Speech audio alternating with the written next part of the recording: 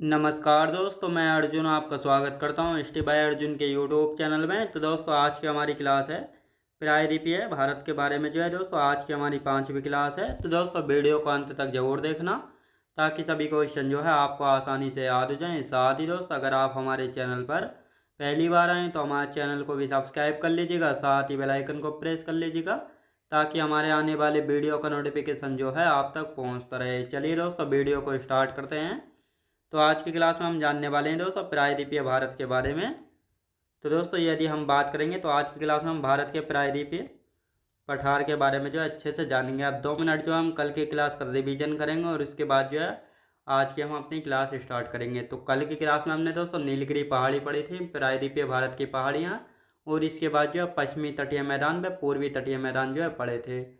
यदि नीलगिरी पहाड़ी की बात की जाए तो ये पश्चिमी घाट और पूर्वी घाट पर्वत के मिलन बिंदु पर स्थित है। नीलगिरी की पहाड़ी जिसका विस्तार 3 राज्यों में था, कर्नाटक, केरल और तमिलनाडु में।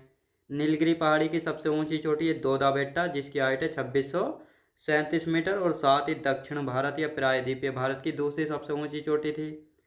साथ ही नीलगिरी पहाड़ी की हम बात करते हैं तो नीलगिरी पहाड़ी जो है किसके बिंदु पर है ये तो आपको पता लग गया। साथ ही यहाँ पर जो है एक पर्यटक स्थल भी है ऊतक मंडल या ऊटी, जो कि तमिलनाडु में है।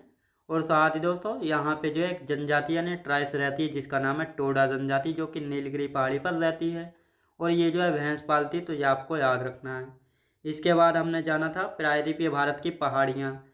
जैसे हमने बात की थी दोस्तों पूर्वी घाट पर्वत की पहाड़ियाँ और पश्चिमी घाट पर्वत की। तो इस सबसे पहले हमने बात की थी कहाँ की, तो आंध्र प्रदेश की। यदि बात करते हैं तो आंध्र प्रदेश में कौन कौन सी हैं, जैसे दोस्तों आंध्र पालकोंडा, नगारी हिल्स, शेषाचलम, तो ये सब कहाँ पे है दोस्तों, ये सब हैं आंध्र प्रदेश में। यदि हम बात करते हैं तमिलनाडु में सेवरोय है, जवादी है, पाली है, बरुसनाथ है, पंचमलाई और सिरुमलाई, ये तमिलनाडु में पड़ती हैं। कार्डेमम में इलायची की पहाड़ी और अन्नामलाई पहाड़ी ये केरल में है। और नीलगिरी पहाड़ी पूर्वी घाट व पश्चिमी घाट पर्वत के मिलन बिंदु पर हैं। इसके बाद हमने महाराष्ट्र की जानी थी, गुजरात की जानी थी। महाराष्ट्र में कौन कौन सी है, महाराष्ट्र की यदि बात करते हैं तो महाराष्ट्र में जो है महाराष्ट्र में दोस्तों गाविलगढ़ की पहाड़ी है, सतमाला पहाड़ी, हरिश्चंद्र पहाड़ी और साथ ही अजंता की पहाड़ी।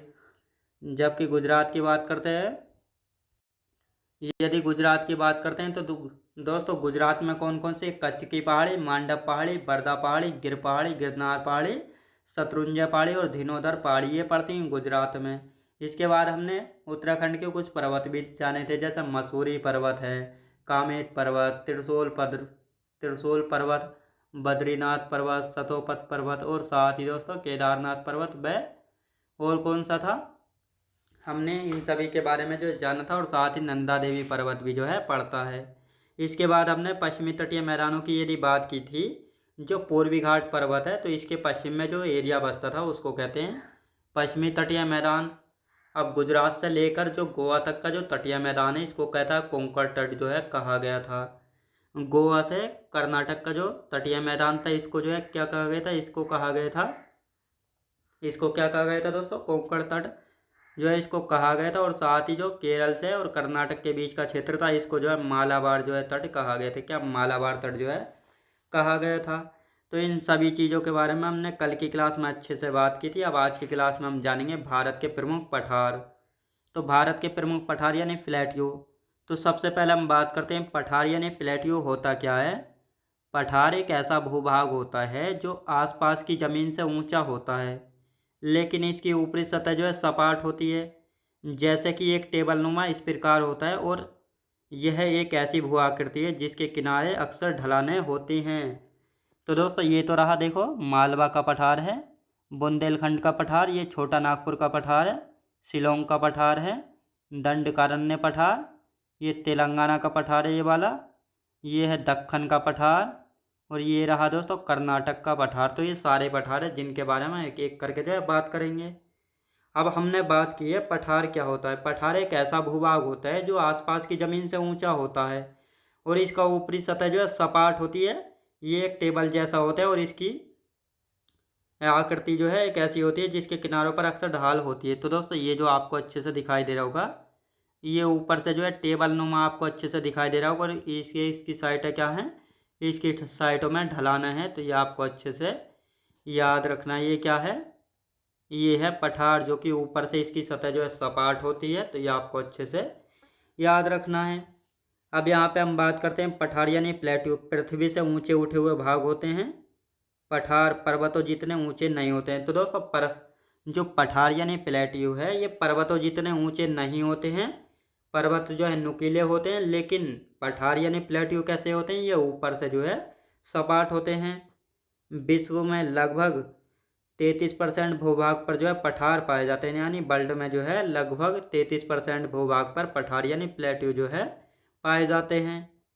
अब यहाँ पे हम बात करेंगे पठारों का ऊपरी भाग जो है चौड़ा और सपाट होता है, यानी पठारों का जो ऊपरी भाग होता है ये सपाट और चौड़ा होता है। सागर तल से इनकी ऊंचाई होती है 600 मीटर। यानी जो पठार होते हैं सागर तल से इनकी ऊंचाई कितनी होती है? 600 मीटर होती है। कितनी दोस्तों? 600 मीटर जो है होती है।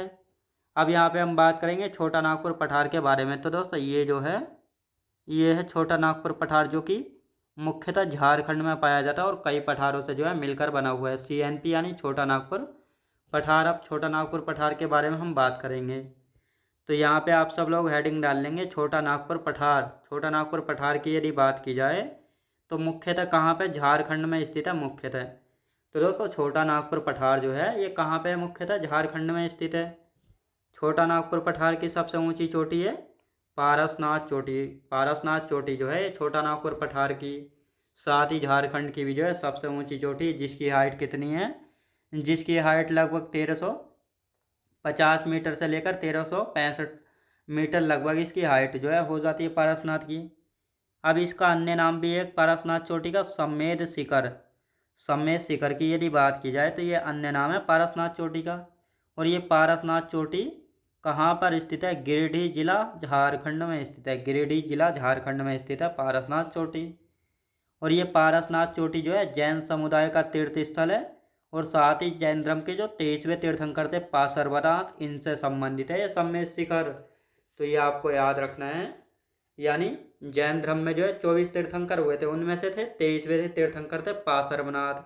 इन्हीं पार्श्वनाथ जी से संबंधित है सम्मेद शिखर यानी पारसनाथ चोटी, जो कि झारखंड के गिरिडीह जिले में स्थित है। तो ये आपको अच्छे से याद रखना है। अब यहाँ पे दोस्तों हम बात करने वाले हैं छोटा नागपुर पठार की सबसे लंबी नदी कौन सी है? तो दामोदर नदी जो है छोटा नागपुर पठार की सबसे लंबी नदी है। तो यदि सबसे लंबी नदी की बात की जाए छोटा नागपुर पठार की, तो कौन सी हो जाएगी? दामोदर नदी हो जाएगी। अब दामोदर नदी जो है छोटा नागपुर पठार के बीचों बीच से बहती है। जब ये छोटा नागपुर पठार के बीचों बीच से बहती है तो इसकी घाटियों में जो है किसके भंडार पाए जाते हैं? तो कोयला व अभ्रक के भंडार जो है दामोदर नदी घाटी में जो है पाए जाते हैं। तो ये आपको अच्छे से याद रखना है। अब यहाँ पे हम बात करेंगे दामोदर नदी के उत्तर में हजारीबाग का पठार है और कोडरमा का पठार, व दक्षिण में जो है रांची का पठार है। यानी जो ये छोटा नागपुर का पठार है कई पठारों से मिलकर बना है। इसके बीचों बीच से दामोदर नदी बहती है। जब छोटा नागपुर पठार के बीचों बीच से दामोदर नदी बहती है तो इसके उत्तर में एक तो हजारीबाग का पठार पड़ेगा, एक कोडरमा का पठार पड़ेगा। जबकि दक्षिण की हम बात करेंगे तो दक्षिण में किस चीज़ का पठार है? दक्षिण में है रांची का पठार, जहाँ से स्वर्णरेखा नदी का उद्गम होता है। अब यहाँ पे मैंने मैप बनाया हुआ है दोस्तों, ये है छोटा नागपुर का पठार। अब ये बीच में से जो है कौन सी नदी बहती है? ये दामोदर नदी जो है छोटा नागपुर पठार के बीचों बीच से बह रही है। अब ये इसके उत्तर में एक तो कोडरमा का पठार है दामोदर नदी के, एक है हजारीबाग का पठार। दक्षिण की बात की जाए तो ये है दोस्तों रांची का पठार, जो कि दामोदर नदी के दक्षिण में स्थित है। और इसी रांची के पठार से जो है स्वर्णरेखा नदी का उद्गम होता है।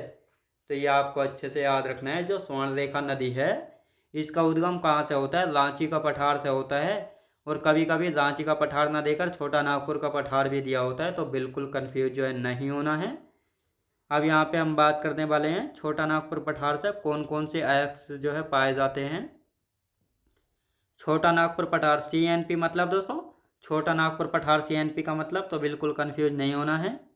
अब छोटा नागपुर पठार से देख तो दोस्तों लो अयस्क निकाला जाता है, कोयला, अभ्रक और बॉक्साइट।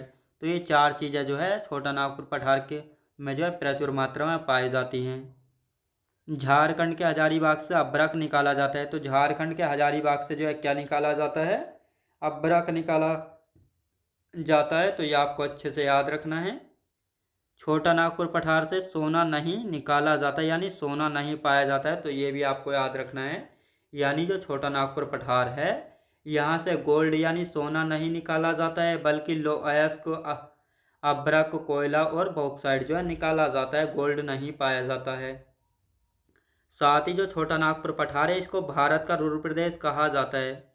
अब छोटे नागपुर पठार को भारत का रुद्र प्रदेश क्यों कहा जाता है? क्योंकि यह जर्मनी के क्षेत्र यानी क्योंकि यह जर्मनी के रुर क्षेत्र की तरह कोयला, अयस्क और अन्य खनिजों से समृद्ध है। तो दोस्तों जर्मनी में एक क्षेत्र पड़ता है जिसका नाम है रुर। तो वहाँ पर जो है कोयला, अभ्रक, बॉक्साइट और क्या निकाला जाता है, तो यही जो है निकाला जाता है, अभ्रक वगैरह प्रचुर मात्रा में। अब इसी प्रकार छोटा नागपुर पठार में भी जो है क्या निकाला जाता है, लोहा निकाला जाता है, अयस्क, कोयला, बॉक्साइट और अभ्रक प्रचुर मात्रा में पाया जाता है। तो इसीलिए जो है इसको भारत का रुद्र प्रदेश जो है कहा जाता है, क्योंकि यहाँ से भी जो है अयस्क जो है निकाले जाते हैं। तो ये आपको अच्छे से याद रखना है। अब आते हैं दोस्तों बुंदेलखंड का पठार। तो दोस्तों बुंदेलखंड का पठार से एक भी अभी तक मैंने क्वेश्चन नहीं देखा प्रीवियस ईयर में, लेकिन आपकी जानकारी के लिए पता होना चाहिए बुंदेलखंड का पठार कहाँ पे है। तो इसके विस्तार की हम बात करेंगे। यूपी और एमपी में फैला हुआ है बुंदेलखंड का पठार, और यह मालवा पठार के उत्तर पूर्व में स्थित है। यानी जो ये बुंदेलखंड का पठार है, इसका विस्तार जो है यूपी और एमपी में है। यह मालवा पठार के उत्तर पूर्व में स्थित है, तो ये आपको अच्छे से याद रखना है। अब आते हैं बघेलखंड का पठार। बघेलखंड के पठार की हम बात करते हैं, तो इसका विस्तार कहाँ पे? यूपी और एमपी में ही जो है इसका भी विस्तार है। ये भी मालवा पठार के उत्तर पूर्व में स्थित है, और यहाँ से कोयला व बॉक्साइट व चूना पत्थर निकाला जाता है। जो बघेलखंड का पठार है, यहाँ से जो है दोस्तों कोयला, बॉक्साइट व चूना पत्थर जो है निकाला जाता है। तो ये आपको अच्छे से याद रखना है। बुंदेलखंड, बघेलखंड और साथ ही छोटा नागपुर पठार, तीनों पठार आपको अच्छे से समझ आए होंगे। अब यहाँ पे बात करते हैं दंडकारण्य पठार के बारे में। तो दंडकारण्य पठार की हम बात करते हैं, तो ये पूर्वी मध्य भारत में स्थित है। पूर्वी मध्य भारत में स्थित है दंडकारण्य पठार। अब यहाँ पे बात करते हैं मुख्य रूप से इसका विस्तार छत्तीसगढ़ के बस्तर में, उड़ीसा, तेलंगाना व आंध्र प्रदेश में, इन क्षेत्रों में जो है ये दंडकारण्य पठार जो है फैला हुआ है। तो ये आपको याद रखना है। और ये लगभग 92,300 वर्ग किलोमीटर क्षेत्रफल में फैला हुआ है। यानी जो दंडकारण्य पठार है, ये लगभग 92,300 वर्ग किलोमीटर क्षेत्रफल में जो है फैला हुआ है। तो ये आपको अच्छे से याद रखना है। साथ ही अत्यंत ही ऊबड़ खाबड़ अनुपजाऊ क्षेत्र, लेकिन खनिज संसाधनों की दृष्टि से महत्वपूर्ण है। यानी जो ये दंडकारण्य पठार है, ये जो है अत्यंत ही ऊबड़ खाबड़ व अनुपजाऊ क्षेत्र है, लेकिन खनिज संसाधनों की दृष्टि से देखा जाए तो महत्वपूर्ण है। तो ये आपको अच्छे से याद रखना है। अब यहाँ पे बात करेंगे मुख्य नदी कौन सी, यानी इस क्षेत्र की जो है मुख्य नदी कौन सी है। तो इंद्रावती जो है दंडकारण्य क्षेत्र की जो है मुख्य नदी है। साथ ही यहाँ पे कौन कौन से खनिज निकाले जाते हैं? अयस्क बस्तर से, बॉक्साइट उड़ीसा के कालाहांडी क्षेत्र से जो है निकाला जाता है। तो खनिजों की यदि बात करेंगे, अयस्क निकाला जाता है, बॉक्साइट उड़ीसा के कालाहांडी क्षेत्र से। तो ये आपको अच्छे से याद रखना है। तो ये चारों पठार जो है आज आपको अच्छे से समझ आए होंगे, और बाकी के जो पठार बचे इनको हम कल की क्लास में जो है कंटिन्यू करेंगे। तो मैं उम्मीद करता हूँ आपको वीडियो क्वालिटी, कंटेंट वगैरह सभी कुछ आपको पसंद आया होगा। पसंद आया तो लाइक, शेयर और सब्सक्राइब करना बिल्कुल भी ना भूलें। साथ ही दोस्त अगर आप हमारे चैनल पर पहली बार आएँ तो हमारे चैनल को भी सब्सक्राइब कर लीजिएगा, साथ ही बेल आइकन को प्रेस कर लीजिएगा, ताकि हमारे आने वाले वीडियो का नोटिफिकेशन जो है आप तक पहुंचता रहे।